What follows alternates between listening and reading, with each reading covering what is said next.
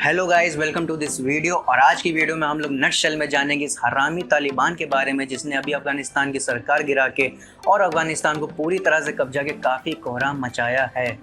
और इस कुत्ते माई बाप पाकिस्तान जो कि चाइना की रखेल भी है, उसके इसके साथ का कनेक्शन भी जानेंगे।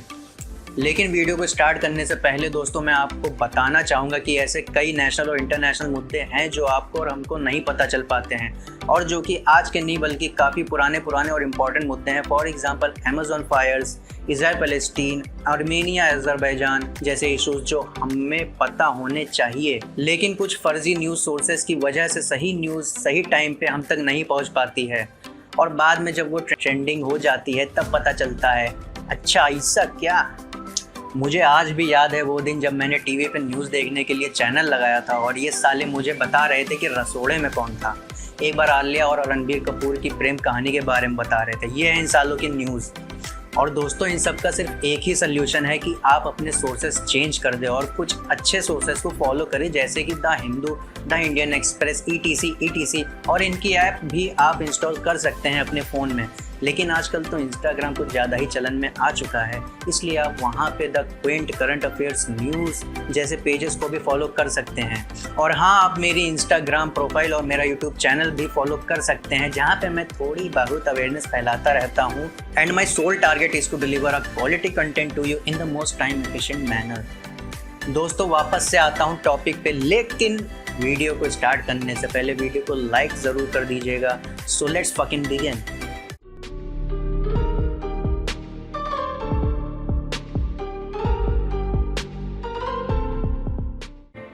दोस्तों सबसे पहले आपको एक ओवरव्यू देता हूं बिना ज़्यादा डीप में जाए कि आखिर हुआ क्या है। दोस्तों हुआ यूँ है कि आपको याद होगा कि दो ही तरह के आतंकवादी हमले काफ़ी ज़्यादा फेमस हैं, 26/11 और 9/11, जिसमें से 26/11 पाकिस्तान के आतंकवादियों ने इंडिया पे करवाया था 2008 में, और जो दूसरा अटैक जो था 9/11 वाला उसको आतंकवादी संगठन अलकायदा के लीडर ओसामा बिन लादेन ने 2001 में अपने USA के बीच चलते कुछ गिले शिकवे के चलते प्लेन हाईजैक करके USA के वर्ल्ड ट्रेड सेंटर में क्रैश करवा दिया था, जिससे काफ़ी कैजुअलिटीज़ हुई थी और काफ़ी इंफ्रास्ट्रक्चरल डैमेज भी हुआ USA को, जिसके बाद लादेन जाके अफगानिस्तान में छुप गया। और दोस्तों उस समय अफगानिस्तान पे तालिबान राज कर रहा था, जिसने 1996 में पहली बार अफगानिस्तान की सरकार गिराई थी और दूसरी बार अब गिराई है। इस इंसिडेंट के बाद USA काफ़ी ज़्यादा बौखला गया और उसको सिर्फ एक ही चीज़ उस समय नज़र आ रही थी, रिवेंज। उस समय USA के नए नवेले प्रेसिडेंट बने थे जॉर्ज W. बुश, जिनकी एडमिनिस्ट्रेशन ने लॉन्च किया ग्लोबल वॉर ऑन टेररिज्म। और उन्होंने अफगानिस्तान को दो ऑप्शन दिए कि या तो तुम हमको लादेन दे दो, नहीं तो हम तुम्हारे घर में घुस के उसको तो पेलेंगे ही पेलेंगे बल्कि साथ ही तुमको भी नंगा कर देंगे। अफगानिस्तान ने नंगा होना ज़्यादा सही समझा instead of handing over Laden to them. Taliban के इनकार करने के बाद प्रेसिडेंट बुश ने अपनी आर्मी को अफगानिस्तान में घुसने के आदेश दिए और तालिबान को ओवरथ्रो किया और एक USA बैक गवर्नमेंट इस्टेब्लिश किया। हालांकि उनका जो मेन मोटिव था लादेन को मारने का, वो अगले 10 साल तक पूरा नहीं हो पाया, जो कि मारा गया 2011 में, वो भी अफगानिस्तान में नहीं, इस हरामी पाकिस्तान में। लेकिन दोस्तों कहानी यहाँ नहीं ख़त्म हुई। तालिबान को भले दबा दिया USA ने, but it was still there. वो वहाँ छोटे मोटे दंगे करते रहे, उनको पाकिस्तान भी पालता था अपने यहाँ बॉर्डर क्रॉस करवा के। बाद में 2003 में नेटो भी इन्वॉल्व हो गई USA के साथ। ये थी दोस्तों 2001 की कहानी, जहाँ से main US, NATO, Afghanistan, Taliban का बवाल चालू हुआ था और USA ने अपने कदम पहली बार अफगानिस्तान में रखे थे। हालांकि इसके पीछे के ईयर्स की भी हिस्ट्री है जब USSR भी इन्वॉल्व था, लेकिन उतना डीप अभी नहीं जाएंगे। 2001 के बाद दोस्तों ऐसे ही चलता रहा सिस्टम। तालिबान छोटे मोटे दंगे करता रहा, USA उसे दबाता रहा ताकि टेररिज्म ख़त्म हो जाए और गवर्नमेंट अच्छे से वर्क करे और पीस रहे उधर। अब आते हैं दोस्तों प्रेजेंट की तरफ कि ऐसा क्या हुआ कि USA को अफगानिस्तान छोड़ना पड़ा, जिसके बाद तालिबान फिर से कंधे पे चढ़ के मूतने लगा। दोस्तों USA को अफगानिस्तान में टेररिज्म से लड़ते लड़ते ऑलमोस्ट 20 साल हो गए थे, लेकिन ये लड़ाई रुकने का नाम नहीं लेती थी और USA के खर्चे भी बढ़ जाते थे उधर आर्मी को मेंटेन करने में। USA में तो ये भी मुद्दा उठने लगा था कि क्यों हमारा सोल्जर किसी फॉरेन लैंड पे शहीद होने जाए। और अब तो USA ने अपनी पॉलिसी को मिडल ईस्ट रीजन से इंडो पैसिफिक रीजन पे शिफ्ट कर दिया है।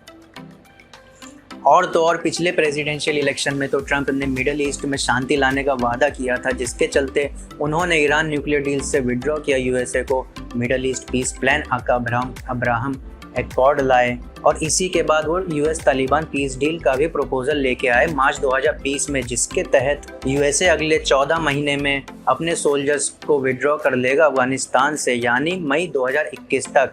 हालांकि बाद में बाइडेन पावर में आए और उन्होंने कहा कि हम मई में नहीं बल्कि अगस्त 31 तक जाएंगे। और इस डील की सबसे बड़ी खराबी तो यही थी दोस्तों कि जिस देश से विड्रॉ करने की बात हो रही है उसी के गवर्नमेंट को इस डील से विड्रॉ कर दिया गया था। और दोस्तों सारा बवाल इसी डील ने मचा रखा है, क्योंकि जैसे जैसे यूएसए फोर्सेस जा रही है वैसे वैसे तालिबान भी पावर में आते जा रहा है। और अफगानिस्तान की गवर्नमेंट तो यूएस बैक थी, अब जब यूएस ही जा रहा है तो गवर्नमेंट कहाँ ही बच पाएगी। अफगानिस्तान में जब यूएस ने एंटर किया था तब अफगानिस्तान की हालत उतनी ख़राब नहीं थी जितनी अब ख़राब है जब यूएस उसको छोड़ कर जा रहा है। और अब दोस्तों बात करते हैं प्रेजेंट सिनेरियो की अफगानिस्तान में एज ऑफ 16 अगस्त 2021। अभी तक यूएसए ऑलमोस्ट पुल आउट कर चुका है, जिसके जाते ही तालिबान ने अफगानिस्तान पर अपना पूरा शिकंजा कस दिया है और उसने 15 अगस्त को काबुल को भी कब्जा लिया। अफगानिस्तान गवर्नमेंट पूरी तरह से फेल हो चुकी है, जिसके प्रेसिडेंट अशरफ घनी अपने फैमिली और क्लोज एसोसिएट्स को लेकर यूएई भाग चुके हैं। बाकी जो गवर्नमेंट की फोर्सेस थी उन्होंने भी सरेंडर कर दिया है। जब साला उनका सुप्रीम लीडर ही भाग गया है तो वो भी क्या ही करेंगे। मैक्सिमम कंट्रीज ने भी अपनी एम्बेसीज को शट कर दिया है। रिसेंट न्यूज़ आई है कि जैश ए मोहम्मद, इस्लामिक स्टेट, लश्कर तैयबा के आतंकवादी वापस से काबुल में घुस चुके हैं, जो होना ही था। लगे हाथों दोस्तों थोड़ा सा इन हरामियों के फैमिली ट्री को भी समझ लेते हैं। देखिए ये जितने भी तालिबानी, इस्लामिक स्टेट, जैश ए मोहम्मद, लश्कर तैयबा, तहरीक तालिबान पाकिस्तान जैसे आतंकवादी संगठन है, ये सब साले पाकिस्तान के पालतू कुत्ते हैं और पाकिस्तान चाइना का पालतू कुत्ता है। ये पाकिस्तान इन खिसियाए कुत्तों को शू करके दूसरे देशों जैसे इंडिया पे अटैक करवाता रहता है। हालांकि पालतू कुत्ते कई बार अपने मालिक को भी काट लेते हैं और ऐसा हुआ भी है कि इनके आतंकवादी कुत्ते खुद पाकिस्तान में ही बॉम्ब फोड़ चुके हैं। लेकिन जो ये पाकिस्तानी कुत्ता है जिसका मालिक चाइना है, उसे पाकिस्तान तो चाह के भी नहीं काट सकता, क्योंकि इनका पेडिग्री का मेन सोर्स ही वही है। अगर वो पेडिग्री देना बंद कर देगा तो ये साला जिएगा कैसे।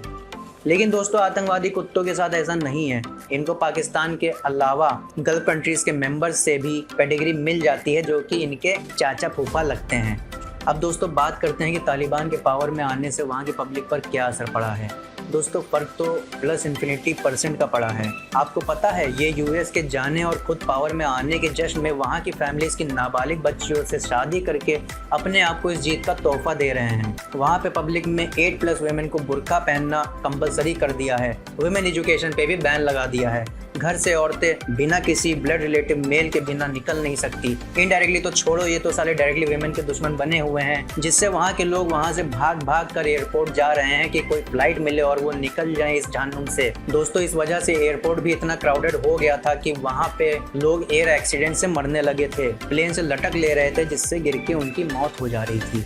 अब दोस्तों समझते हैं कि इंडिया का क्या स्टैंड है अफगानिस्तान से रिलेटेड। दोस्तों इंडिया ने अपने इंडियन सिटीजन्स को इवैक्यूएट कर लिया है जो कि अफगानिस्तान में फंसे थे, और हमारी सरकार ने अभी इमरजेंसी वीज़ा भी लॉन्च किया है अफगानिस्तान सिटीजन्स के लिए, ताकि जो भी आना चाहे वहाँ से यहाँ स्मूथली आ सके। और सरकार ने ये भी कहा है कि वो अफगान सिटीजन्स की मदद करेगी in the best possible way, वासुदेव कुटुंबकम। और दोस्तों इंडिया हमेशा से सपोर्ट करता आया है कि any government in Afghanistan must be Afghan led, Afghan owned, Afghan controlled, जो अभी तो बिल्कुल नज़र नहीं आ रहा है इन हालातों में। अब दोस्तों ये भी जान लेते हैं कि तालिबान के पावर में आने से इंडिया को क्या फ़र्क पड़ेगा। दोस्तों इंडिया ने अफगानिस्तान में डेवलपमेंट के लिए काफ़ी इंफ्रास्ट्रक्चर बिल्ड किया हुआ है और काफ़ी बिलियंस की इन्वेस्टमेंट करी हुई है अफगानिस्तान में। लेकिन तालिबान काफ़ी हद तक एंटी इंडिया है और उसके पावर में आने से हमारे इन्वेस्टमेंट को काफ़ी नुकसान पहुंच सकता है। अभी कुछ दिन पहले ही तालिबान के ट्रूप्स ने हमला किया था सलमा डैम पे, जिसको भारत ने बनाया है। मतलब साले जो तुम्हारे देश के लिए बनाया है उसको तो छोड़ दो कम से कम। मतलब तुम सालों देहाती गवारों के बीच अगर कोई हाई IQ वाला पैदा हो जाता तो यही कहता, सब साला पाकिस्तान की संगत का असर है। लेकिन दोस्तों इन सबसे हट के सबसे बड़ा चिंता का विषय भारत के लिए टेररिज्म है, जो मोस्ट प्रोबेबली तालिबान के पावर में आने से बढ़ने ही वाला है, और ये एक ब्रीडिंग प्लेस भी बन सकती है टेररिज्म के लिए आने वाले वक्त में।